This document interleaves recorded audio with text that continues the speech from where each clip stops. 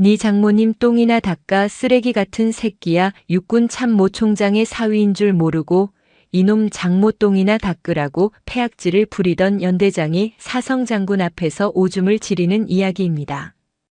구독과 좋아요를 해주시면 더 좋은 사연으로 보답하겠습니다. 경기도 파주시 문산읍.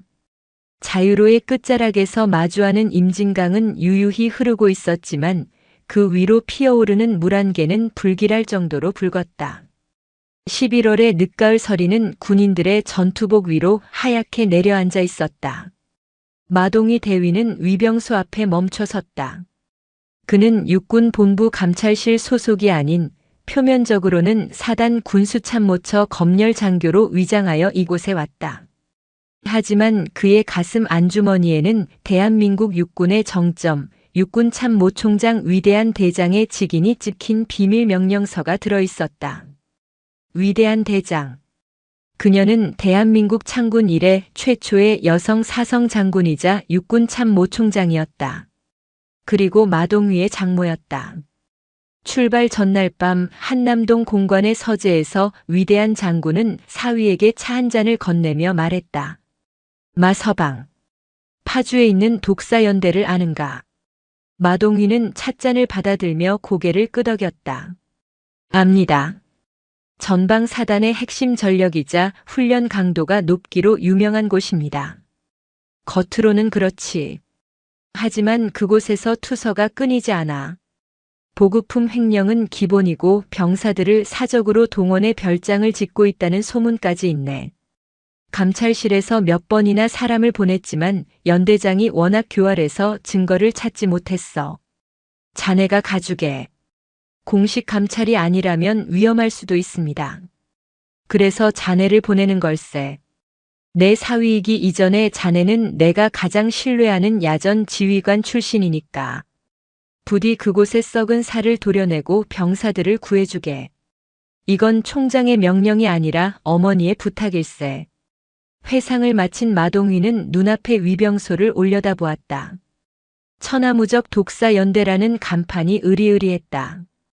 위병소 근무자들의 군기는 바짝 들어있었지만 그들의 눈빛에는 생기가 없었다. 공포에 질린 짐승의 눈빛이었다. 마동휘가 차를 몰고 본청 건물 앞에 도착하자 마중 나온 것은 작전과장인 조간신 소령이었다. 이름처럼 간사한 인상의 그는 허리를 굽신거리며 다가왔다.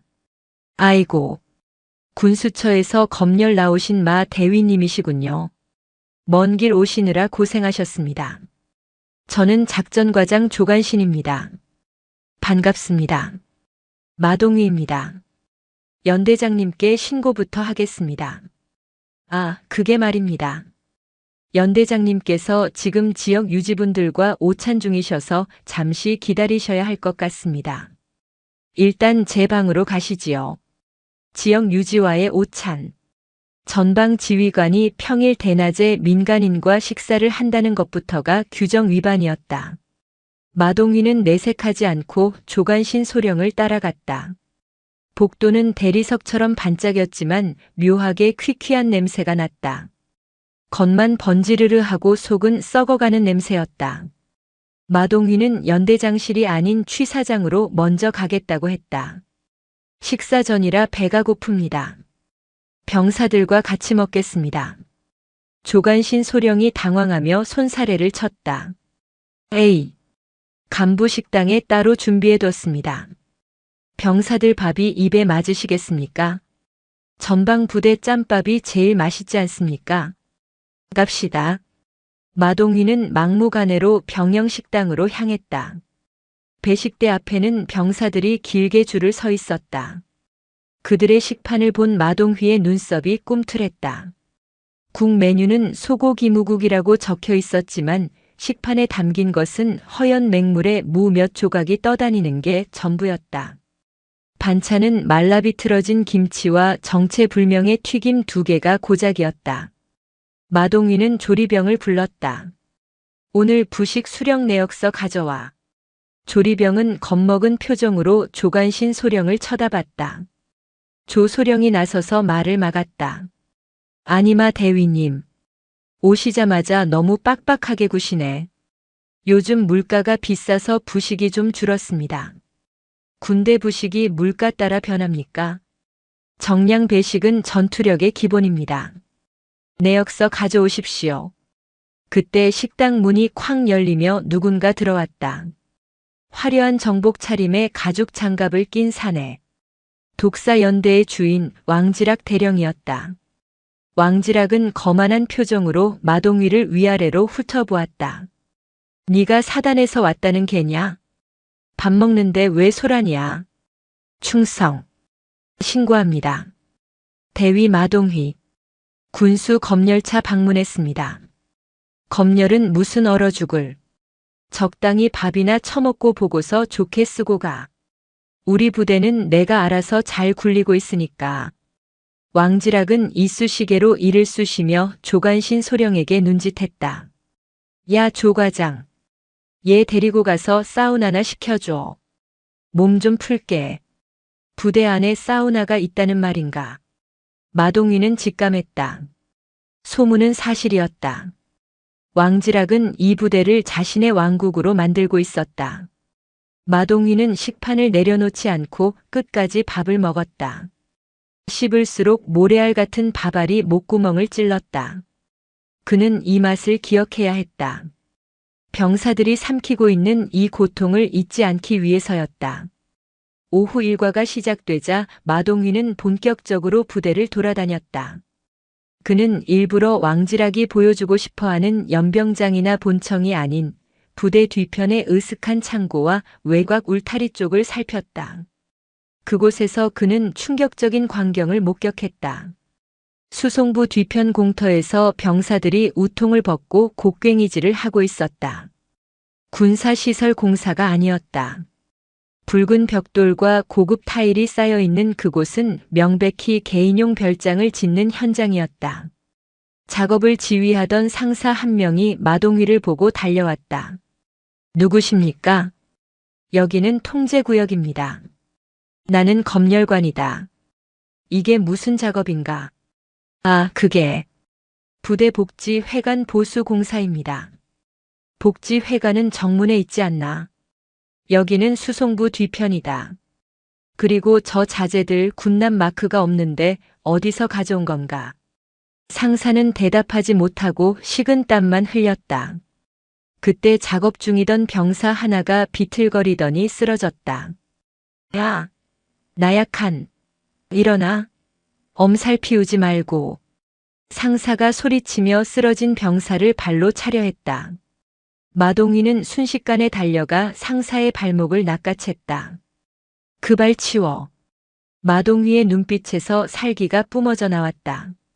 그는 쓰러진 병사를 일으켜 세웠다. 명찰에는 나약한이라는 이름이 적혀 있었다. 병사의 이마는 불덩이 같았고 손은 흙투성이었다. 이 병사 당장 의무대로 보낸다. 하지만 연대장님 지시로 오늘까지 바닥 공사를 끝내야. 사람이 죽어가는데 공사가 문제야? 내가 책임진다. 보내.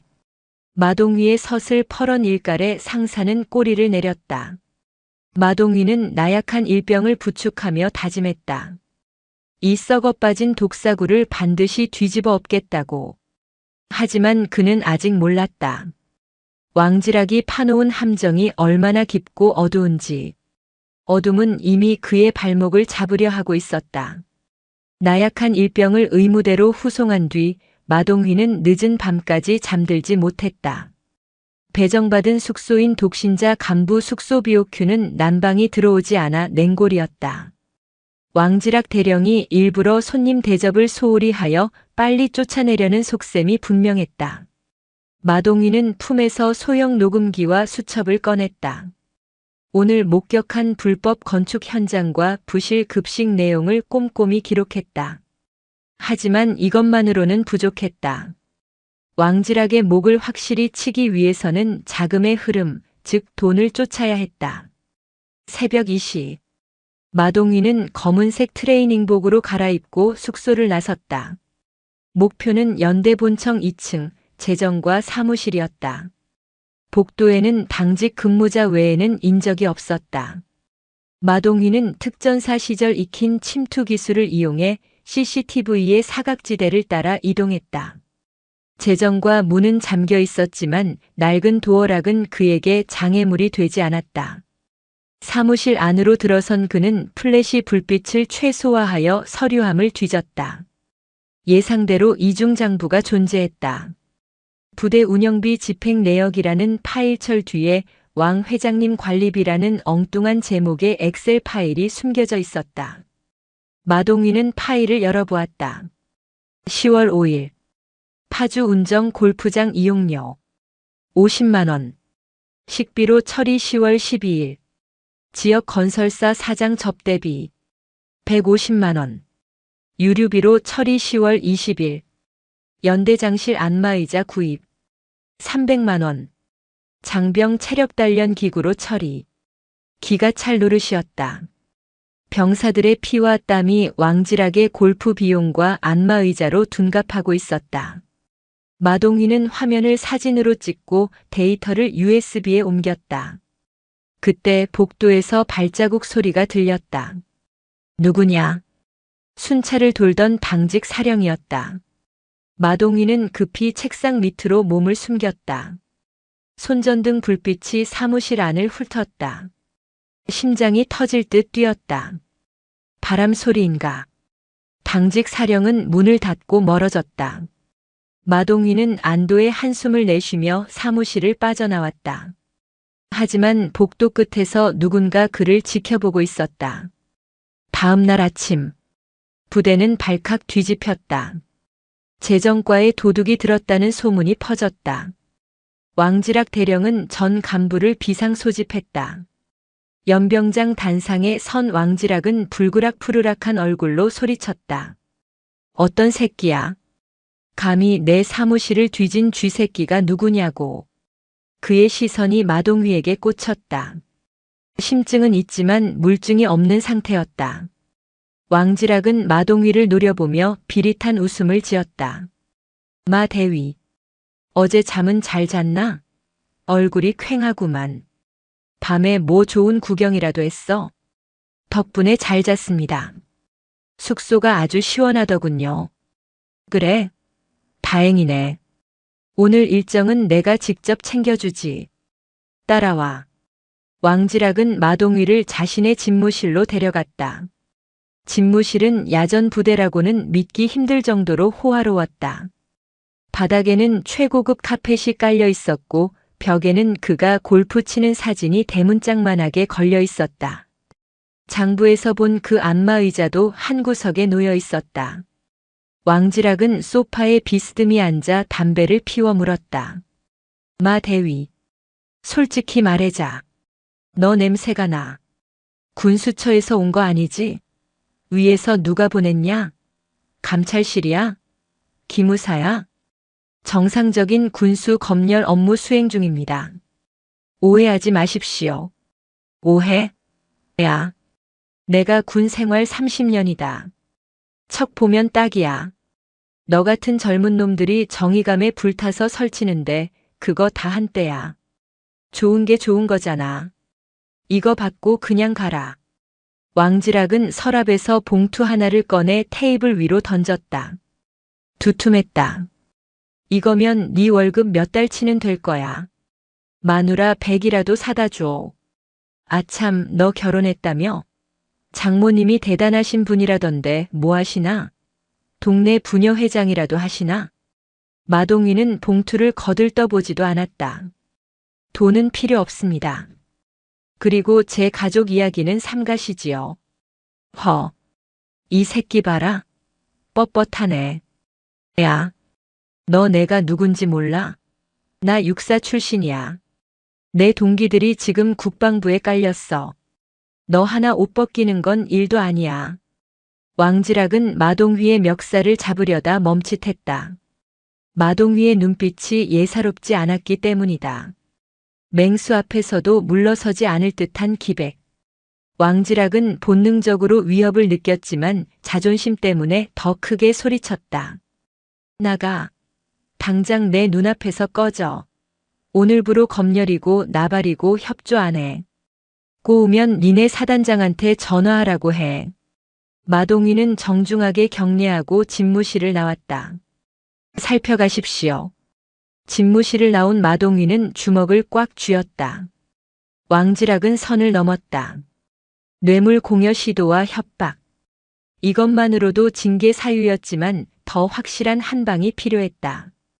그날 오후 마동위에게 뜻밖의 조력자가 나타났다. 수송부의 맏형이자 부대의 산증인인 방패 상사였다. 그는 구석진 정비고로 마동위를 불렀다. 대위님, 어제 나약한 일병 구해주시는 거 봤습니다. 이 부대에서 병사 편 들어준 간부는 대위님이 처음입니다. 방패 상사의 손은 기름때로 절어 있었지만 눈빛만은 맑았다. 상사님, 도와주십시오. 이 부대를 바꾸려면 증언이 필요합니다. 저도 압니다. 왕 대령이 부대 유류를 빼돌려 시내 주유소에 팔아먹는 거 제가 다 기록해뒀습니다. 그 인간 때문에 억울하게 영창 간 애들이 한둘이 아닙니다. 방패 상사는 정비고 바닥에 타일을 드러내고 낡은 수첩을 꺼냈다. 그곳에는 왕지락의 유류 횡령 날짜와 양 거래처가 상세히 적혀 있었다. 결정적 증거였다. 하지만 그때 정비고 문이 열리며 조간신 소령과 헌병들이 들이닥쳤다. 저기 있다. 마동위 대위와 방패 상사가 군사 기밀을 유출하고 있다. 당장 체포해. 함정이었다. 왕지락은 이미 마동위를 감시하고 있었고 방패 상사와의 접촉을 기다리고 있었던 것이다. 헌병들이 마동위와 방패 상사를 포박했다. 마동위는 저항하지 않았다. 지금 힘을 쓰면 오히려 그들의 덫에 걸려드는 꼴이었다. 왕지락이 느긋하게 걸어 들어왔다. 쯧쯧. 마 대위. 내가 경고했잖아. 조용히 가라고. 이제 너는 간첩 혐의까지 뒤집어 쓰게 될 거야. 감히 내 부대에서 반란을 꾀해. 왕지락은 방패 상사의 수첩을 뺏어 들고 라이터로 불을 붙였다. 활활 타오르는 수첩을 보며 방패 상사가 울부짖었다. 안 됩니다. 그게 어떤 건데? 시끄러워. 이 늙은이가 노망이 났나. 둘 다 영창에 쳐넣어. 내가 직접 신문한다. 마동위는 차가운 헌병대 유치장에 갇혔다. 모든 증거는 사라졌고 그는 죄인이 되었다. 하지만 그의 눈은 절망하지 않았다. 오히려 더 차갑게 불타오르고 있었다. 그는 주머니 속에 숨겨둔 진짜 비장의 무기를 만지작거렸다. 왕지락은 모를 것이다. 마동위가 왕지락의 집무실에서 나올 때 단순히 빈손으로 나온 것이 아니라는 것을, 그리고 그의 뒤에는 대한민국 육군 전체를 움직일 수 있는 거대한 별이 떠 있다는 것을. 밤이 깊었다. 파주의 밤바람이 창살을 때렸다. 폭풍 전야였다. 유치장의 아침은 싸늘했다. 마동위는 뜬 눈으로 밤을 새웠다. 옆방에 갇힌 방패 상사는 왕지락의 부하들에게 밤새 시달렸는지 신음소리를 내고 있었다. 오전 10시. 헌병대장이 유치장 문을 열었다. 나와. 연대장님이 찾으신다. 마동위는 수갑을 찬 채 연대장실로 끌려갔다. 집무실에는 왕지락 대령과 조간신 소령, 그리고 몇몇 간부들이 모여 있었다. 그들은 마치 사냥감을 잡은 하이에나들처럼 킬킬거리고 있었다. 왕지락은 책상 위에 다리를 올린 채 마동위를 맞이했다. 어서 와라 죄수 번호 1번. 기분이 어때? 감찰관 나으리에서 범죄자가 된 기분이. 죄명이나 제대로 알고 잡혀 있는지 모르겠습니다. 죄명? 군사 기밀 유출, 상관 모욕, 지시 불이행. 뭐 갖다 붙이면 다 죄야. 너 여기서 살아나가기 힘들 거다. 왕지락은 자리에서 일어나 마동위 앞으로 다가왔다. 그는 마동위의 어깨에 있는 대위 계급장을 손가락으로 툭툭 쳤다. 아깝네. 젊은 나이에 인생 종쳤어. 야, 근데 너 정말 궁금해서 그러는데 장모가 뭐 하는 사람이야? 어제 보니까 아주 기세등등하던데. 뺑 믿고 까부는 거냐? 마동위는 흔들림 없는 눈빛으로 그를 응시했다. 제 장모님은 훌륭한 분이십니다. 당신 같은 군인이 감히 입에 올릴 분이 아닙니다. 그 말에 왕질학의 눈썹이 확 구겨졌다. 그는 마동위의 멱살을 거칠게 잡아당겼다. 이 새끼가 끝까지 말대꾸네. 훌륭해. 웃기고 있네. 야, 넌 뭐하는 새낀데 내 명령을 안 들어? 최근에 결혼했다며? 왕질학은 침을 튀기며 폭언을 쏟아냈다. 네 장모가 훌륭하면 뭐해? 사위가 이 모양인데. 가서 네 새끼 장모 똥이나 닦아라. 늙으니 기저귀나 갈아들이라고. 어디서 감히 대령한테 눈을 불하려. 선 넘은 모욕. 마동위의 인내심이 한계에 도달했다. 하지만 그는 폭력을 쓰지 않았다. 대신 아주 차갑게 그리고 또렷하게 말했다. 기억해 두겠습니다. 방금 그 말씀. 뭐? 기억? 하하. 이 새끼가 아직 정신 못 차렸네. 야, 조소령. 이놈 마누라한테 전화해. 네 남편 감옥 간다고 전해. 그리고 그 잘난 장모한테도 전화해서 면회나 오라고 해. 그때였다. 두두두두두두. 건물 전체를 뒤흔드는 굉음이 들려왔다. 창문이 덜덜 떨릴 정도의 진동이었다. 헬리콥터 소리였다. 한 대가 아니었다. 조간신 소령이 창밖을 내다보더니 비명을 질렀다. 연대장님, 헬기입니다. 헬기가 연병장에 착륙합니다. 헬기? 사단장이 왔나? 연락도 없이 왜 와? 왕질학이 짜증을 내며 창가로 갔다. 하지만 그의 표정은 순식간에 경악으로 바뀌었다. 연병장에 착륙한 것은 사단장의 UH 의육십이 아니었다. 육중한 위용을 자랑하는 최고 지휘관용 헬기였다. 그리고 헬기 옆면에는 선명하게 새겨져 있었다. 별 4개. 성판. 사성장군. 육군 참모총장이었다. 뭐야? 참모총장님이 왜 여길? 왕질학의 다리가 후들거렸다. 헬기 문이 열리고 전투복 차림의 위대한 대장이 내렸다. 그녀의 뒤로 헌병감, 감찰감, 법무실장 등 육군 본부의 핵심 참모들이 줄지어 따랐다. 사단장과 군단장은 이미 헬기장 입구까지 뛰어나와 도열해 있었다.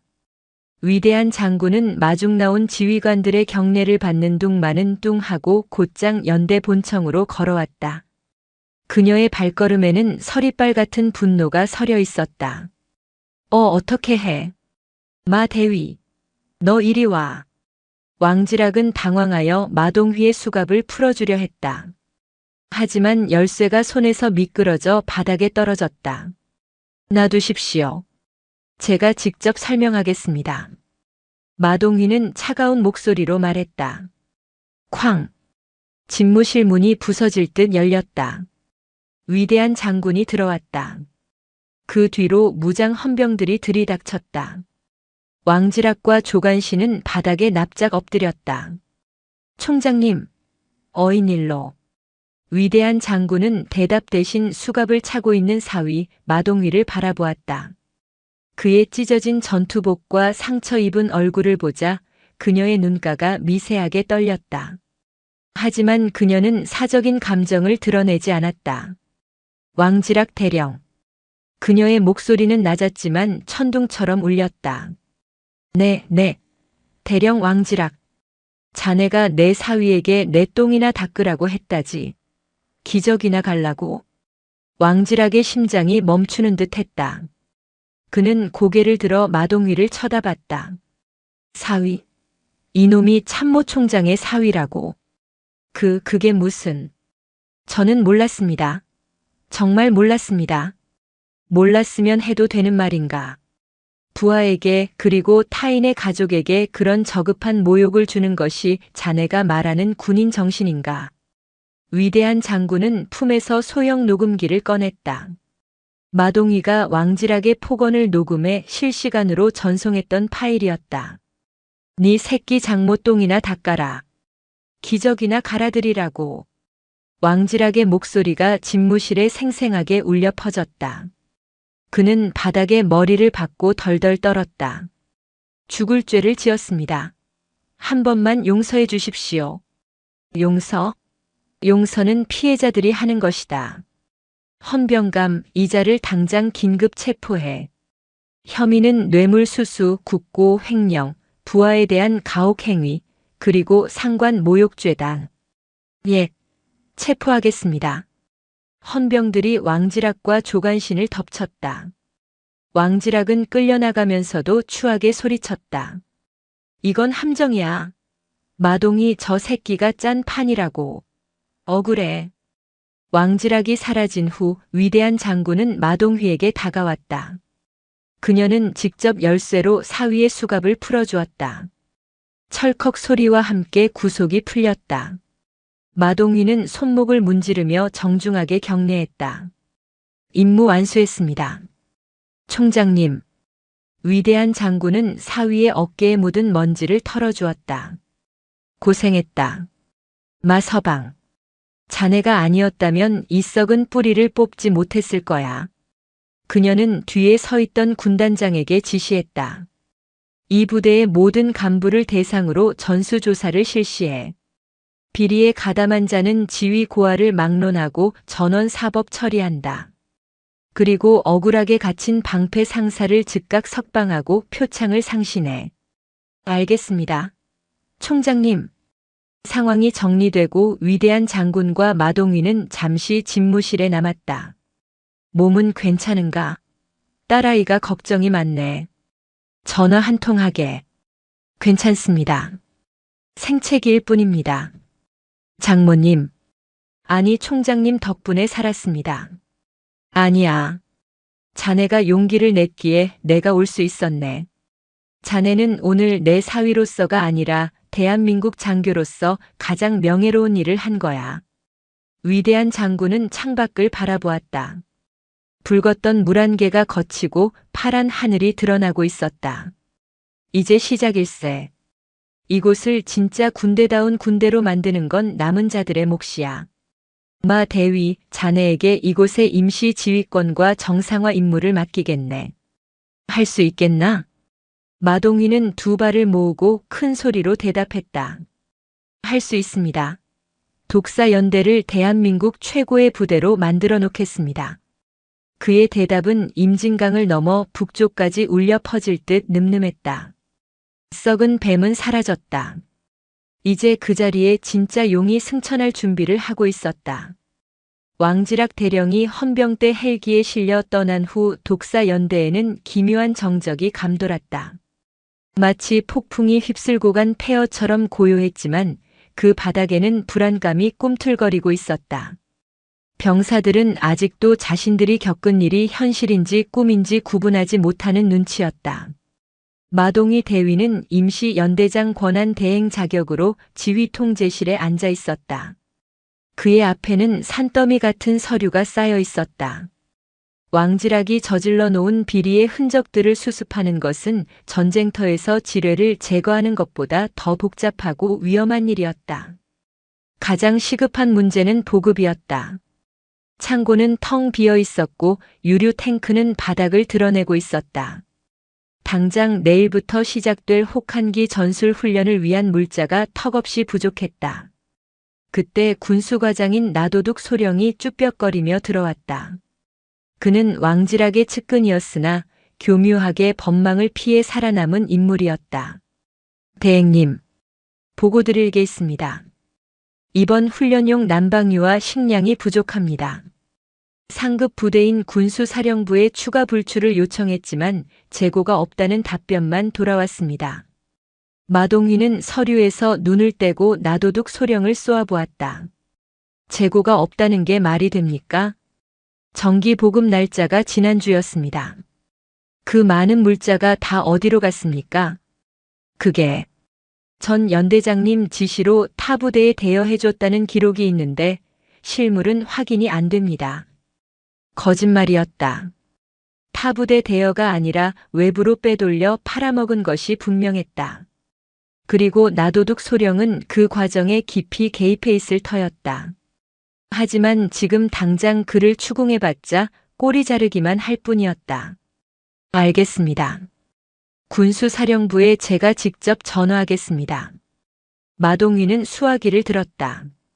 하지만 수화기 너머로 들려온 목소리는 차가웠다. 여기는 군수사령부 2처장 귀면상 준장실입니다. 현재 준장님께서는 회의 중이십니다. 그리고 독사 연대 건은 이미 결재가 끝난 사항이라 추가 지원은 불가합니다. 전화가 끊겼다. 귀면상 준장. 육군 사관학교 출신의 엘리트이자 군수 라인의 실세로 불리는 인물이었다. 마동위의 뇌리에 불길한 예감이 스쳤다.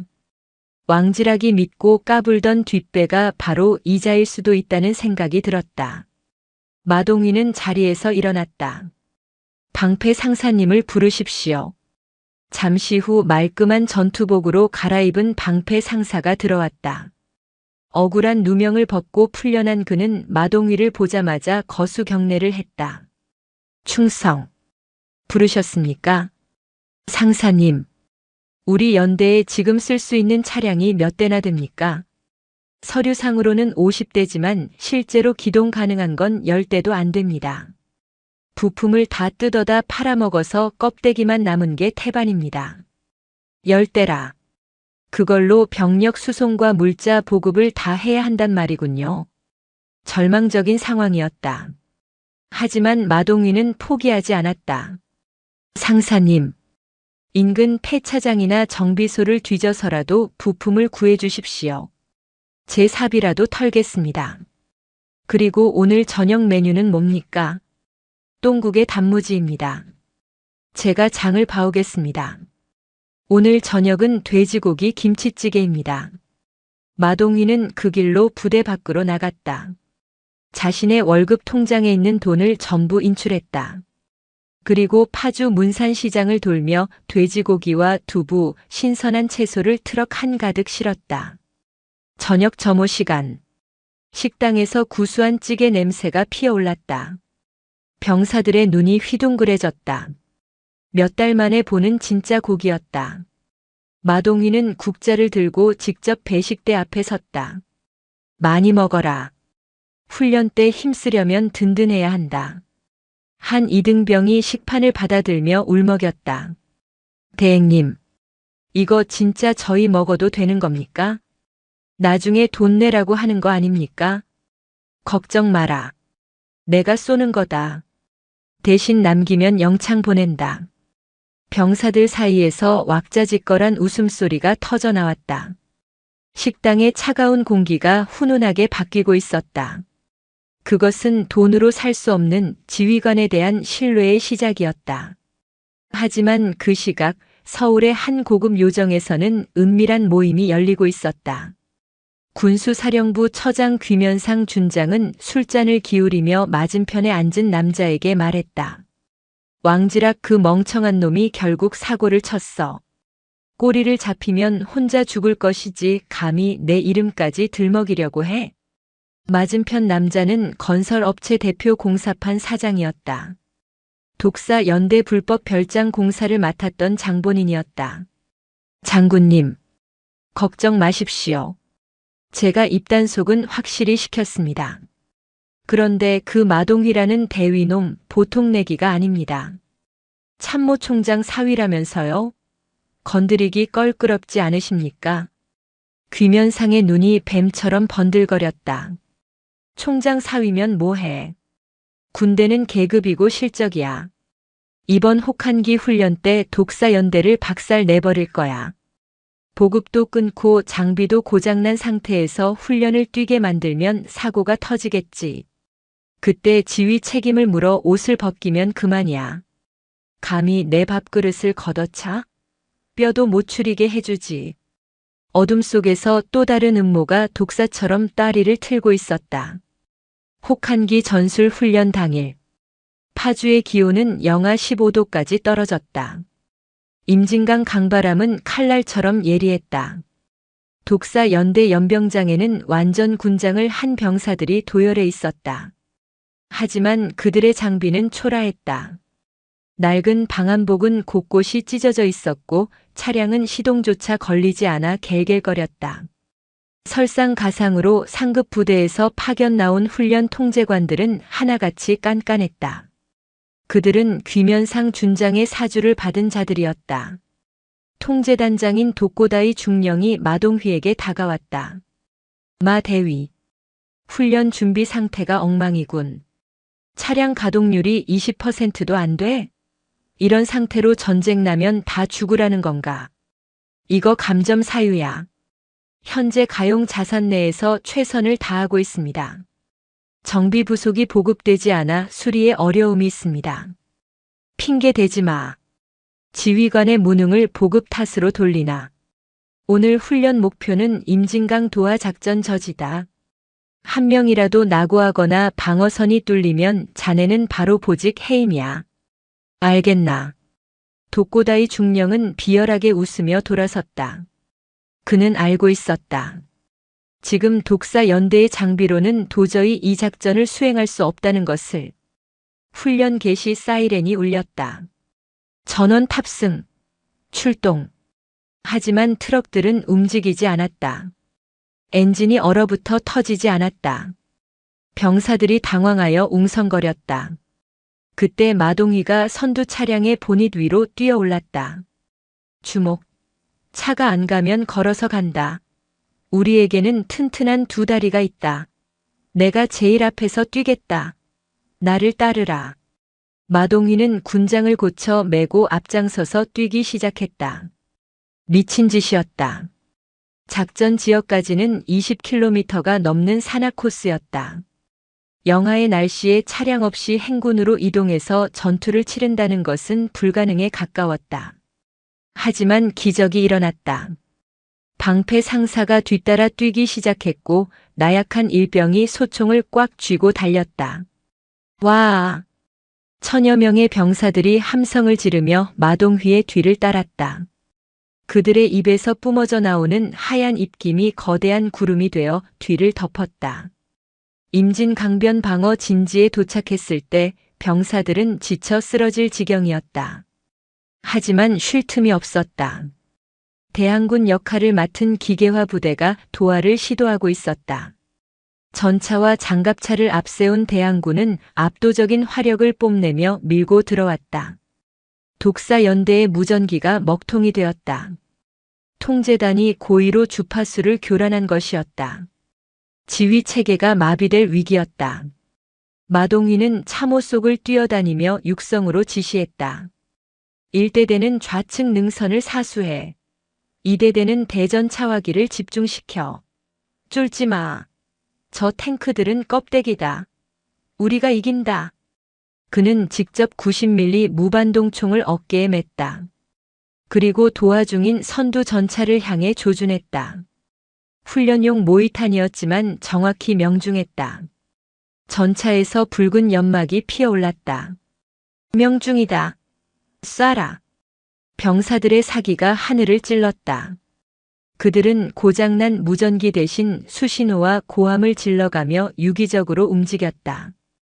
왕지락 시절에는 상상도 못할 단결력이었다.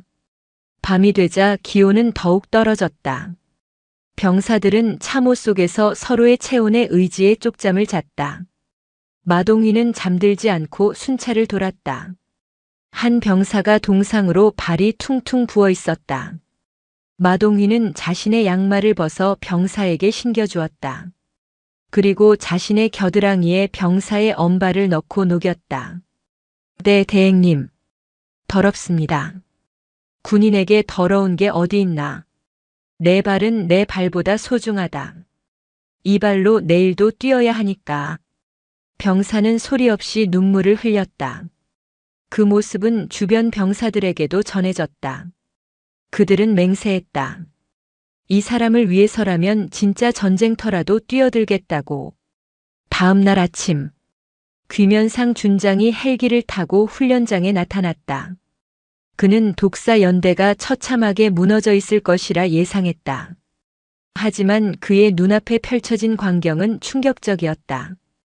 방어선은 완벽하게 유지되고 있었고 대항군 전차 부대는 강을 건너지 못한 채 고립되어 있었다. 통제단장 독고다이 중령은 꿀먹은 벙어리가 되어 있었다. 이게 어떻게 된 거야?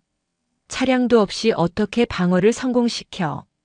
귀면상이 소리를 질렀다. 그때 흑투성이가 된 마동위가 다가왔다. 그의 얼굴은 검댕으로 뒤덮여 있었지만 눈빛만은 형형했다. 보고합니다. 독사 연대 적 도하를 완벽하게 저지하고 반격 준비 완료했습니다. 마 대위. 내 놈이. 장비가 없으면 몸으로 때우고 보급이 없으면 정신력으로 버팁니다. 그게 대한민국 육군입니다. 장군님께서는 따뜻한 사무실에 계셔서 잊으셨나 봅니다. 귀면상은 할 말을 잃었다.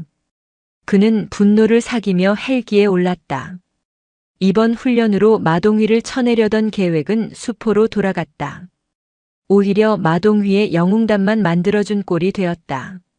하지만 귀면상은 포기하지 않았다. 그는 품에서 핸드폰을 꺼냈다. 공 사장. 플랜 B 가동해. 그놈 와이프 건드려. 아주 치사하고 더럽게 괴롭혀주라고. 전쟁은 이제 전방이 아닌 후방 마동위의 가장 소중한 곳으로 번지고 있었다. 서울 한남동의 육군 참모총장 공관. 위대한 장군의 딸이자 마동휘의 아내인 위소망은 미술심리치료사로 일하고 있었다. 그녀는 남편이 파주에서 고생하고 있다는 것을 알기에 매일 밤 기도를 올렸다. 퇴근길 그녀의 차 뒤로 검은색 승합차가 따라붙었다. 위소망은 처음에는 대수롭지 않게 여겼지만 골목길로 들어서도 계속 따라오는 것을 보고 불안감을 느꼈다. 그녀가 차를 세우자 승합차에서 험상궂은 사내들이 내렸다. 공사판 사장의 부하들이었다. 그들은 위소망의 차 유리를 두드렸다. 아줌마, 남편한테 전해. 적당히 설치라고. 안 그러면 예쁜 얼굴에 흠집 난다고. 그들은 차 문을 발로 차 찌그러뜨리고는 위협적인 욕설을 퍼붓고 사라졌다. 직접적인 폭행은 없었지만 명백한 테러였다. 소식을 들은 마동위는 이성이 끊어질 듯한 분노를 느꼈다. 훈련을 성공적으로 마친 기쁨 따위는 순식간에 사라졌다. 군인 가족을 건드리는 것은 금기 중의 금기였다. 마동위는 즉시 휴가를 신청했다. 하지만 이번에는 위대한 장군에게 알리지 않았다. 장모님의 힘을 빌리면 쉽겠지만 이건 가장으로서 자신이 해결해야 할 문제였다. 그는 서울로 올라와 공사판 사장의 뒤를 캐기 시작했다. 특수전 사령부 시절 동기였던 그림자 흥신 소장에게 도움을 청했다.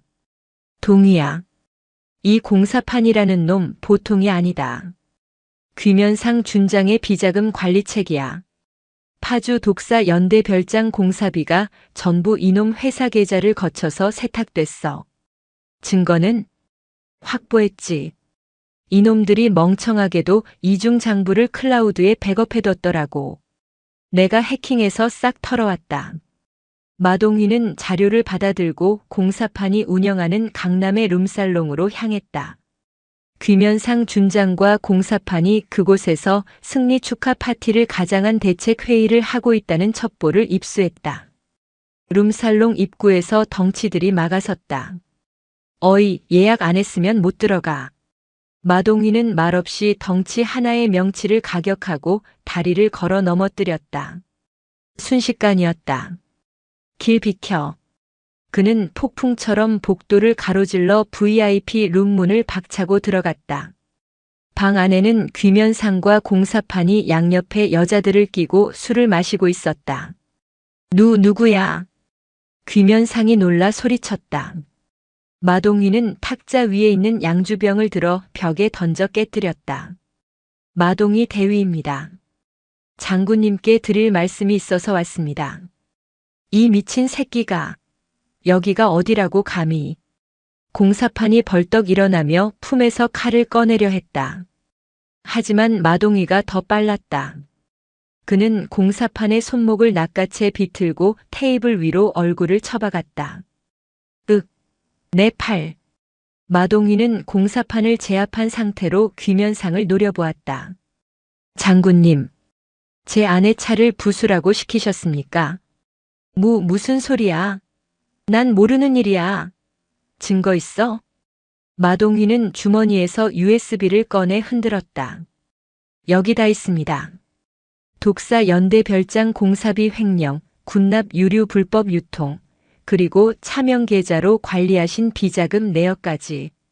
이 돈 전부 장군님 자녀 유학비와 부동산 투기에 쓰셨더군요. 귀면상의 얼굴이 사색이 되었다. 너 그거 어디서 났어? 이리 내놔. 얼마면 돼? 10억? 20억? 내가 다 줄게. 군인의 명예는 돈으로 사는 게 아닙니다. 당신은 별을 달 자격이 없어. 마동휘는 핸드폰을 꺼내 어딘가로 전화를 걸었다.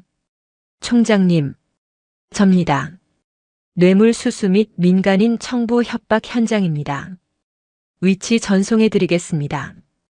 귀면상은 바닥에 주저앉았다. 총장님? 설마 위대한 대장님? 잠시 후 사이렌 소리가 들려왔다. 경찰이 아닌 헌병대 수사관들이었다. 위대한 장군이 직접 급파한 최정예 수사팀이었다.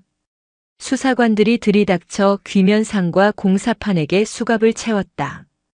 귀면상은 끌려가면서도 마동휘를 향해 악다구니를 썼다.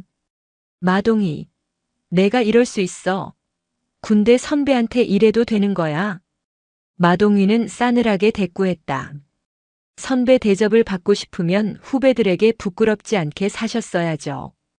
감옥에서 반성하십시오. 상황이 종료되고 룸살롱 밖으로 나왔을 때 밤 공기는 차가웠지만 상쾌했다. 마동휘는 하늘을 올려다보았다. 서울의 밤하늘에는 별이 보이지 않았지만 그의 마음속에는 정이라는 별이 빛나고 있었다. 그때 아내 위소망에게서 전화가 왔다. 여보, 뉴스 봤어? 귀면상 준장이 긴급 체포됐대. 당신이 한 거야? 응. 내가 해결했어. 이제 걱정 말고 푹 자. 고마워. 그리고 미안해. 나 때문에 당신이 힘들어서. 아니야. 당신 덕분에 내가 용기를 낼 수 있었어. 사랑해. 전화를 끄는 마동휘의 눈가에 물기가 맺혔다. 그는 이제야 진정으로 안도할 수 있었다. 거대한 악의 축을 무너뜨렸지만 아직 할 일이 남아 있었다. 파주에 있는 그의 병사들이 그를 기다리고 있었다. 마동휘는 차에 시동을 걸었다. 목적지는 다시 파주 독사연대였다. 그의 전쟁은 끝났지만 부대 재건이라는 새로운 임무가 시작되고 있었다. 귀면상 준장이 구속되고 독사연대는 대대적인 숙청과 개혁의 바람을 맞았다. 썩은 살을 도려내는 고통은 컸지만 마동휘 대위는 임시 연대장 대행으로서 흔들림 없이 부대를 지휘했다. 하지만 하늘은 그들에게 쉴 틈을 주지 않았다. 여름 장마가 시작되었다. 예년과는 달랐다. 파주와 연천 일대에 100년 만에 기록적인 폭우가 쏟아졌다. 임진강 수위는 위험 수위를 넘어 홍수경보가 발령되었고 강물은 붉은 황토색이 되어 모든 것을 삼킬 듯 포효했다. 새벽 3시. 지휘통제실의 전화벨이 쉴 새 없이 울렸다. 대행님, 임진강 하류 뚝방이 붕괴 직전입니다. 인근 민가 30여 가구가 고립되었습니다. 소방대도 진입 불가라고 합니다. 상황 장교의 다급한 보고였다. 마동휘는 지도를 펼쳤다. 그곳은 두루미 마을이라 불리는 저지대였다. 헬기는 악천후로 뜰 수 없었고 고무보트는 급류에 뒤집힐 위험이 컸다. 유일한 방법은 수륙 양용 장갑차뿐이었다. 하지만 독사연대의 장갑차들은 왕지락 시절 관리가 소홀해 대부분 고철이나 다름없었다. 마동휘는 정비고로 뛰어갔다. 그곳에는 기름 범벅이 된 방패 상사가 밤을 새워 장비를 고치고 있었다. 상사님, 장갑차 가동 가능합니까? 방패 상사는 땀과 기름이 뒤섞인 얼굴을 닦으며 스패너를 들어 올렸다. 왕지락 그놈이 엔진 부품 팔아먹은 거 제가 폐차장 뒤져서 겨우 맞췄습니다. 딱 2대. 2대는 움직일 수 있습니다. 충분합니다. 제가 선두차에 탑승합니다. 상사님이 2호차를 맡아주십시오. 알겠습니다. 이 녀석들이 다시 숨쉬게 해주셔서 감사합니다. 마동위는 결사대 10명을 선발했다. 나약한 일병도 자원했다. 그는 더 이상 나약하지 않았다. 출동. 굉음과 함께 2대의 장갑차가 빗줄기를 뚫고 위병소를 빠져나갔다. 도로는 이미 강이 되어 있었다. 흙탕물이 장갑차 궤도 높이까지 차올랐지만 마동위는 멈추지 않고 밀고 나갔다. 마을은 아비규환이었다. 지붕 위에 올라간 노인들이 애타게 손을 흔들고 있었다. 물살이 얼마나 거센지 집들이 종이장처럼 뜯겨나가고 있었다. 1호차는 마을 안쪽 진입, 2호차는 입구 쪽 주민들을 태워. 마동위는 장갑차 해치를 열고 직접 구조에 나섰다. 거센 비바람이 얼굴을 때렸지만 그는 로프를 몸에 감고 물속으로 뛰어들었다. 지붕 위에 고립된 할머니를 업고 다시 장갑차로 돌아오는 과정은 사투였다. 떠내려오는 거대한 통나무가 마동위를 덮치려 했다. 대행님, 위험합니다. 나약한 일병이 손을 뻗어 마동위를 끌어당겼다. 간발의 차이로 통나무가 스쳐 지나갔다. 마동위는 숨을 헐떡이며 할머니를 장갑차 안으로 밀어넣었다. 고맙다. 내 덕분에 살았다. 구조 작업은 밤새 이어졌다. 마지막 주민을 구조하고 부대로 복귀했을 때 마동위는 탈진하여 쓰러질 뻔했다. 하지만 그는 쓰러질 수 없었다. 부대 뒤편 옹벽이 무너져 내리고 있었기 때문이다. 전 병력 기상. 옹벽 사수하라. 마동위는 쉬지도 않고 다시 삽을 들었다. 병사들도 불평 없이 그를 따랐다. 그들은 보았다. 자신들을 버리고 도망가던 옛 지휘관들과 달리 가장 위험한 곳에 가장 먼저 뛰어드는 진짜 지휘관의 등을. 비가 그치고 맑은 해가 떴을 때 독사연대는 수해복구의 영웅이 되어 있었다. 주민들이 부대 앞에 찾아와 떡과 과일을 놓고 절을 했다. 그리고 며칠 뒤 국방부에서 정식 인사 명령이 내려왔다. 육군 대위 마동휘. 소령 진급을 명함. 보직은 제1보병사단 수색대대 대대장. 파격적인 인사였다. 보통 대위에서 소령 진급 후에는 참모직을 거치기 마련이지만 위대한 장군은 사위의 야전 지휘 능력을 인정해 곧바로 최정예 부대의 지휘관으로 임명한 것이다. 마동위는 소령 계급장을 달았다. 무궁화 한 송이. 그것은 권력이 아닌 더 무거운 책임의 상징이었다. 그는 연병장에 모인 병사들에게 마지막 인사를 했다. 나는 떠나지만 너희는 기억해라. 너희는 뱀이 아니라 용이다. 어떤 시련이 와도 비늘 하나 다치지 않는 불사조가 되어라. 병사들은 눈물로 그를 배웅했다. 나약한 일병은 마동위가 탄 차가 보이지 않을 때까지 경례를 하고 있었다. 마동위는 백미러로 그 모습을 보며 다짐했다. 이 병사들이 지키는 조국을 위해 내 모든 것을 바치겠노라고. 시간이 흘러 계절은 다시 겨울이 되었다. 마동위 소령이 지휘하는 수색대대는 파주 최북단 비무장지대 DMZ 내의 지피작전을 전담하고 있었다. 이곳은 정전협정이 무색할 만큼 총성 없는 전쟁이 매일 벌어지는 곳이었다. 최근 북한군의 동향이 심상치 않았다. 마동위가 관할하는 독수리 지피 맞은편 북한군 초소에서 야간마다 기이한 움직임이 포착되었다. 열상 감시 장비 TOD에 정체를 알 수 없는 그림자들이 잡혔다 사라지기를 반복했다. 대대장님, 단순한 순찰이 아닙니다. 침투 훈련 같기도 하고 귀순 유도 작전 같기도 합니다. 작전 과장의 보고에 마동위는 미간을 좁혔다. 놈들이 우리 간을 보고 있는 거다. 오늘 밤 내가 직접 추진 철책 점검 나간다. 위험합니다. 대대장님이 직접 가시는 건 규정상. 내 부하들이 있는 곳이다. 내가 못 갈 곳은 없다. 그날 밤 마동위는 수색팀 7명을 이끌고 통문을 통과했다. 칠흑 같은 어둠 속에서 숨소리조차 크게 낼 수 없었다. 얼어붙은 땅을 밟는 군화 소리만이 미세하게 들려왔다. 중간 지점인 갈대밭에 이르렀을 때였다. 선두에 섰던 팀장이 주먹을 쥐어 정지 신호를 보냈다. 바스락. 바람 소리가 아니었다. 인위적인 소리였다. 마동위는 야간 투시경을 내리고 전방을 주시했다.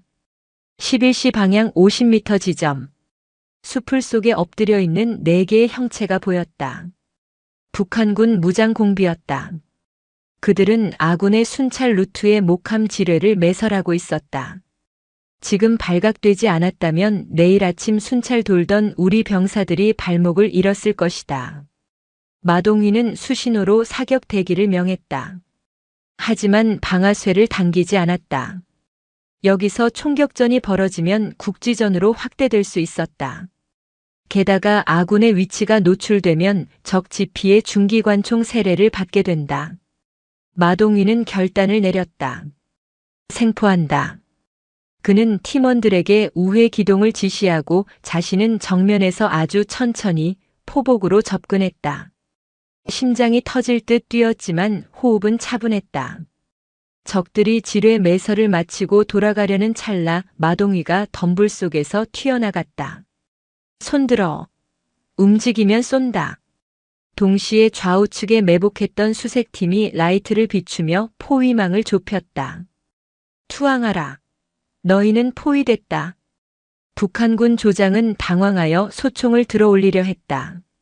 하지만 마동위가 더 빨랐다. 그는 단숨에 거리를 좁혀 적의 총구를 쳐내고 개머리판으로 턱을 가격했다. 조장이 쓰러지자 나머지 3명은 전의를 상실하고 손을 들었다. 총 한 방 쏘지 않은 완벽한 제압이었다. 그때였다. 북측 지피에서 서치라이트가 켜지며 기관총 사격이 시작되었다. 두두두두두. 총탄이 머리 위를 스치고 지나갔다. 퇴각. 포로 데리고 뛰어. 마동위는 쓰러진 적 조장을 어깨에 둘러매고 뛰었다. 아군 지피에서도 대응 사격을 개시했다. 밤하늘에 예광탄이 붉은 실선처럼 오고 갔다. 대대장님. 다리에 총상이. 부하의 외침에 마동위는 다리를 보았다. 전투복 바지가 찢어지고 피가 배어나오고 있었다. 파편에 맞은 것이다. 하지만 고통을 느낄 겨를이 없었다. 안 죽는다. 뛰어. 그들은 필사적으로 통문을 향해 달렸다. 마동위의 등 뒤에서 북한군 조장이 신음했다. 왜 안 쏘고 살린 거냐? 마동위는 거친 숨을 몰아쉬며 대답했다. 너희 어머니가 기다리실 테니까. 그리고 이게 우리 군의 힘이다. 죽이지 않고도 이기는 힘.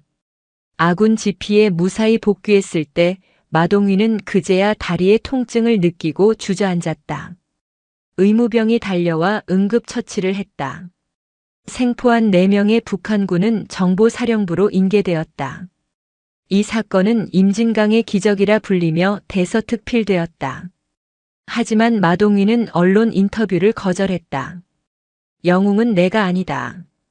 그 밤 묵묵히 내 뒤를 지켜준 7명의 수색대원들이 진짜 영웅이다. 그는 병상에 누워 창밖의 북쪽 하늘을 바라보았다. 별 하나가 유난히 밝게 빛나고 있었다. 그는 생각했다. 평화는 거저 주어지는 것이 아니라 누군가의 피와 땀으로 지켜지는 것임을. 하지만 그의 활약이 커질수록 어둠 속에서 그를 시기하는 눈동자들도 늘어나고 있었다. 특히 위대한 장군을 끌어내리려는 정치권의 하이에나들이 마동위라는 존재를 먹잇감으로 노리고 있었다. 마동위 소령의 활약상은 육군을 넘어 국민적인 관심을 받았다. 하지만 빛이 강하면 그림자도 짙은 법. 국회 국방위원회 소속 야당 의원인 나탐욕은 이를 정치적 공세의 기회로 삼았다. 그는 차기 대권을 노리는 인물로 현 정권의 신임을 받는 위대한 참모총장이 눈엣 가시였다. 어느 날 아침 조간신문 일면에 자극적인 헤드라인이 실렸다. 참모총장 사위, 초고속 승진의 비밀, 기획된 영웅 만들기 의혹. 기사는 교묘했다. 마동휘의 독사 연대 부임부터 소령 특진, 그리고 지피 작전까지 모든 것이 위대한 장군의 시나리오였다는 주장이었다. 심지어 북한군 생포 작전마저 사전에 조율된 쇼라는 음모론까지 제기했다. 여론은 순식간에 들끓었다. 대중은 영웅을 사랑하지만 그 영웅이 만들어진 가짜라는 의혹에는 더 열광했다. 국회 청문회가 열렸다. 위대한 장군과 마동휘 소령이 증인으로 채택되었다. 청문회장. 수많은 카메라 플래시가 터졌다. 정복을 입은 마동휘는 꼿꼿한 자세로 증인석에 앉았다. 그의 가슴에는 훈장 대신 파편에 맞은 상처가 훈장처럼 숨겨져 있었다. 나탐욕 의원은 마이크를 잡고 호통을 쳤다. 증인 마동휘. 솔직히 말하세요. 장모님 백 믿고 설치니까 세상이 다 내 것 같았습니까? 북한군 생포? 그거 짜고 친 고스톱 아닙니까? 어떻게 총 한 방 안 맞고 4명을 생포합니까? 람보도 아니고. 마동휘는 차분하게 대답했다. 저는 군인입니다. 군인은 명령에 살고 죽으며 결과로 말합니다. 제 몸의 상처와 제 부하들의 증언이 진실입니다. 증언? 부하들도 다 장군님이 심어놓은 사람들 아닙니까? 독사 연대에서 마 소령을 돕다가 진급한 사람들 명단, 여기 다 있습니다. 나탐욕 의원은 억지 논리로 마동휘를 몰아세웠다. 위대한 장군은 입술을 깨물며 그 광경을 지켜보아야 했다. 자신이 나서면 오히려 사위에게 해가 될까봐 침묵할 수밖에 없었다. 그때 방청석에서 소란이 일었다. 휠체어를 탄 한 남자가 손을 들고 외쳤다. 거짓말입니다. 저 의원이 거짓말을 하고 있습니다. 경호원들이 제지하려 했지만 남자는 완강했다. 나약한 일병이었다. 아니, 이제는 전역하여 민간인이 된 나약한 씨였다. 그리고 그 뒤로 수해 때 구조된 두루미 마을 할머니, 방패 상사 전역, 그리고 마동휘와 함께 지피 작전을 수행했던 수색 대원들이 줄지어 일어섰다. 청문회 위원장이 소란을 잠재우려 했지만 나약한 씨는 휠체어에서 내려 기어 나오듯 증언대로 다가왔다. 그는 수해 복구 당시 입은 부상으로 다리가 불편했다. 저는 전 독사 연대 소속 병장 나약한입니다. 의원님은 똥물을 뒤집어 쓰고 병사 발을 닦아주는 지휘관을 보신 적 있습니까? 자기 목숨 걸고 지뢰밭으로 뛰어드는 쇼를 하는 미친 사람이 어디 있습니까? 나약한 씨는 울분을 토했다. 마 대대장님은 제 생명의 은인입니다. 그분이 가짜라면 여기 살아있는 저도 가짜입니까? 제발 우리 대장님을 욕보이지 마십시오. 그의 절규에 청문회장은 숙연해졌다. 두루미 마을 할머니도 거들었다. 저 양반이 내 목숨 살려줬어. 흙탕물 먹어가면서 나 업고 나왔다고. 그런 사람한테 사기꾼이라니 천벌 받아요. 나탐욕 의원은 당황하여 말을 더듬었다. 아니, 이건 절차가. 마동휘는 자리에서 일어나 뒤를 돌아보았다. 자신의 편이 되어준 사람들. 권력도 돈도 없는 그들이 자신을 지키기 위해 이곳까지 온 것이다. 마동휘의 눈에서 뜨거운 눈물이 흘러내렸다. 그는 다시 마이크를 잡았다. 의원님, 저는 금수저도 아니고 영웅도 아닙니다. 저는 그저 저분들이 편안하게 잠들 수 있도록 보초를 서는 군인일 뿐입니다. 제 진급이 부당하다면 지금 당장 계급장을 떼겠습니다. 하지만 제 명예와 제 장모님의 헌신까지 모욕하지는 말아주십시오. 마동휘는 정복 상의를 벗었다. 그리고 셔츠를 걷어올렸다. 그의 몸에는 크고 작은 흉터들이 지도처럼 새겨져 있었다. 왕지락 시절 입은 타박상, 수해 때 긁힌 상처, 그리고 지피 작전 때 입은 총상 자국. 그것은 그 어떤 훈장보다 빛나는 참군인의 증명서였다. 카메라들이 그 상처를 클로즈업했다. 여론은 순식간에 뒤집혔다. 나탐욕 의원은 고개를 숙이고 도망치듯 회의장을 빠져나갔다. 청문회가 끝나고 위대한 장군은 마동위를 기다리고 있었다. 마서방. 총장님. 미안하네. 나 때문에 자네가 이런 수모를 겪었어. 아닙니다. 오히려 제가 어떤 군인이 되어야 하는지 다시 한번 확인했습니다. 두 사람은 말없이 서로를 안아주었다. 공관으로 돌아가는 차 안 라디오에서는 마동위의 청문회 발언이 반복해서 흘러나오고 있었다. 하지만 위대한 장군의 표정은 밝지만은 않았다. 그녀는 알고 있었다. 이번 사건으로 자신의 입지는 지켰지만 군복을 입고 있는 한 사위는 끊임없이 견제를 받을 것이라는 사실을. 그녀는 중대한 결심을 굳히고 있었다. 하늘에는 먹구름이 걷히고 태양이 다시 떠오르고 있었다. 하지만 태양이 뜨면 별은 지는 법. 위대한 장군은 자신이 져야 할 때가 왔음을 직감했다. 국회 청문회 사건 이후 대한민국은 거대한 변화의 소용돌이에 휘말렸다. 정치적 음모를 꾸몄던 나탐욕 의원은 여론의 문매를 맞고 정계에서 퇴출당했다. 반면 마동위 소령은 참군인의 표상으로 불리며 국민적 영웅이 되었다. 하지만 정작 당사자인 마동위는 쏟아지는 인터뷰 요청과 방송 출연 제의를 모두 거절했다. 군인은 연예인이 아니며 전방을 지키는 것이 본분이라는 이유였다. 계절이 두 번 바뀌어 늦가을이 되었다. 육군 본부가 위치한 충남 계룡대의 하늘은 더할 나위 없이 높고 푸랐다. 연병장에는 수천 그루의 은행나무가 황금빛 잎을 떨구며 비단길을 만들고 있었다. 오늘은 대한민국 육군 참모총장 위대한 대장의 저녁식이 거행되는 날이었다. 총장 집무실. 위대한 장군은 마지막으로 정복을 점검하고 있었다. 그녀의 어깨 위에서 40년 넘게 빛나던 4개의 별. 그 무게는 실로 태산과도 같았다. 이제 그 짐을 내려놓을 시간이었다.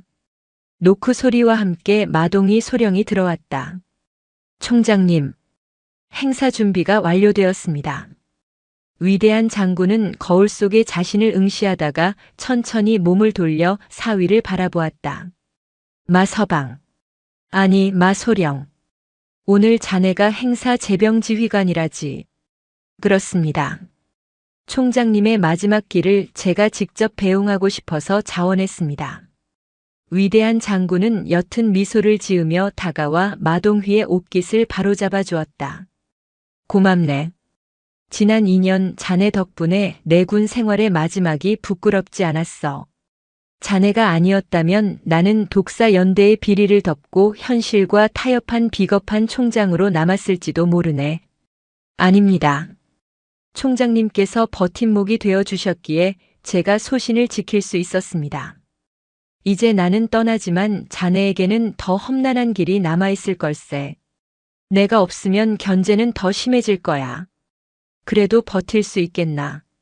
마동휘는 두 눈을 부릅뜨고 대답했다. 제 뒤에는 제가 지켜야 할 조국과 가족, 그리고 총장님의 가르침이 있습니다. 어떤 파도도 넘을 수 있습니다. 위대한 장군은 고개를 끄덕였다. 그녀의 눈가에 물기가 어렸다. 그래. 자네라면 할 수 있어. 가자. 우리 군인들이 기다린다. 연병장에는 육군 전 장병을 대표하는 부대들과 수많은 하객이 운집해 있었다. 웅장한 군악대의 연주가 울려 퍼지자 위대한 장군이 단상에 올랐다. 재병지휘관께 대하여 경례. 마동위 소령이 예도를 뽑아들고 하늘을 찌를 듯한 기세로 외쳤다. 충성. 수천 명의 장병이 일제히 경례를 올렸다. 그 절도 있는 동작에서 뿜어져 나오는 에너지가 계룡산을 뒤흔들었다. 위대한 장군은 그들의 눈빛 하나하나를 가슴에 담으며 담례했다. 그녀는 미리 준비한 퇴임사를 읽지 않았다. 대신 마이크 앞에 서서 잠시 침묵했다. 가을바람이 그녀의 백발을 스치고 지나갔다. 나는 오늘 군복을 벗습니다. 지난 40년 나의 청춘과 인생은 오직 국가를 위한 것이었습니다. 때로는 가족을 희생시켰고 때로는 나 자신을 혹사했습니다. 하지만 후회는 없습니다. 여러분과 함께 대한민국을 지킬 수 있었던 것은 내 생애 최고의 영광이었습니다. 그녀의 시선이 마동휘에게 머물렀다. 떠나는 마당에 한 가지 당부를 남깁니다. 군대의 힘은 첨단 무기나 높은 계급에서 나오는 것이 아닙니다. 전우를 위해 목숨을 걸 수 있는 신뢰, 부당한 명령이 아니라고 말할 수 있는 용기, 그리고 국민을 내 가족처럼 여기는 사랑. 그곳에서 진정한 강군이 탄생합니다. 박수 소리가 파도처럼 밀려왔다. 형식적인 박수가 아니었다. 존경과 아쉬움이 담긴 뜨거운 갈채였다. 행사의 하이라이트인 열병식이 시작되었다. 마동휘가 지프차에 위대한 장군을 태우고 연병장을 돌았다. 병사들은 떠나는 총장을 향해 목이 터져라 환호했다. 그때 관중석 한편에서 익숙한 얼굴들이 현수막을 펼쳐들었다. 위대한 장군님 영원히 기억하겠습니다. 독사 연대 전우회 앤드 두루미 마을 주민 일동. 나약한 씨와 방패 예비역 상사 그리고 수해 때 구조된 마을 주민들이었다. 그들은 꽃가루를 뿌리며 눈물을 흘리고 있었다. 위대한 장군도 참았던 눈물을 터뜨렸다. 가장 낮은 곳에 있던 사람들의 배웅. 그것이야말로 장군이 받을 수 있는 최고의 훈장이었다. 모든 순서가 끝나고 위대한 장군은 정문을 나서는 차에 올랐다. 마동휘는 차 문을 닫아드리고 마지막 거수 경례를 했다. 차창 너머로 위대한 장군이 손을 흔들었다. 차가 멀어지고 마동휘는 한동안 그 자리에 서 있었다. 태양은 서산으로 넘어가며 붉은 노을을 만들어내고 있었다. 거대한 별은 졌지만 어둠은 오지 않았다. 그 자리에 수만 개의 작은 별들이 떠오르고 있었기 때문이다. 시간은 멈추지 않고 흘렀다. 5년이라는 세월이 화살처럼 지나갔다. 강원도 양구. 대한민국 국토의 정중앙이자 가장 험준한 산악지대. 이곳에 육군 제21보병사단 일명 백두산 부대의 최전방 대대가 있었다. 대대장실. 중령 계급장을 단 마동휘가 지도를 보고 있었다. 그의 얼굴에는 세월의 흔적이 더해져 더욱 중후하고 단단해 보였다. 그는 이제 누군가의 지시를 받는 입장이 아니라 500여 명의 부하를 책임지는 지휘관이 되어 있었다. 대대장님, 오늘 신병 전입이 있습니다. 인사과장이 보고했다. 알겠다. 내무반으로 바로 보내지 말고 대대장실로 오라고 해. 차 한 잔 마시고 보내야지. 잠시 후 앳된 얼굴의 이등병들이 잔뜩 긴장한 표정으로 들어왔다. 마동휘는 자리에서 일어나 그들의 손을 일일이 잡아주었다. 환영한다. 백두산 호랑이굴에 온 걸. 이병 강철심. 감사합니다. 긴장 풀어라. 여기는 군대지만 동시에 너희들의 집이다. 밥은 잘 먹었나? 아픈 곳은 없고? 마동휘는 따뜻한 율무차를 건넸다. 신병들은 전설적인 영웅 마동휘 중령이 자신들에게 차를 타줬다는 사실에 감격하여 컵을 든 손을 떨었다. 너희에게 약속한다. 나는 너희를 굶기지 않을 것이고 춥게 하지 않을 것이며 무엇보다 의미 없는 죽음으로 내몰지 않을 것이다. 너희는 나를 믿고 나는 너희를 믿는다. 그게 우리 부대의 유일한 규칙이다. 신병들의 눈빛이 반짝였다. 마동휘는 그 눈빛에서 5년 전 나약한 일병의 모습을 그리고 자신의 젊은 날을 보았다. 그날 저녁 마동휘는 퇴근하여 관사로 향했다. 험한 산길을 달려 도착한 곳은 작은 마당이 딸린 단독주택이었다. 대문을 열자마자 5살배기 사내아이가 로켓처럼 튀어나왔다. 아빠, 충성. 오냐? 우리 아들 마하루. 충성. 마동휘는 아들을 번쩍 들어올려 비행기를 태워주었다. 하루는 까르르 웃으며 아빠의 목을 끌어안았다. 여보 왔어? 씻고 밥 먹어요. 아내 위소망이 앞치마를 두르고 나왔다. 그녀의 얼굴은 예전보다 훨씬 편안하고 행복해 보였다. 오늘 특별한 손님이 오셨어. 어서 들어가 봐. 마동휘가 거실로 들어서자 소파에 앉아있던 백발의 여인이 그를 맞이했다. 위대한 전 총장이었다. 그녀는 군복 대신 편안한 스웨터를 입고 뜨개질을 하고 있었다. 장모님, 언제 오셨습니까? 연락도 없이. 연락하면 자네가 또 요란하게 준비할까봐 그냥 왔네. 하루가 보고 싶어서 견딜 수가 있어야지. 위대한은 손자 하루를 무릎에 앉히고 직접 뜬 목도리를 둘러주었다. 어때? 할미 솜씨가 녹슬지 않았지? 네. 할머니 최고예요. 따뜻해요.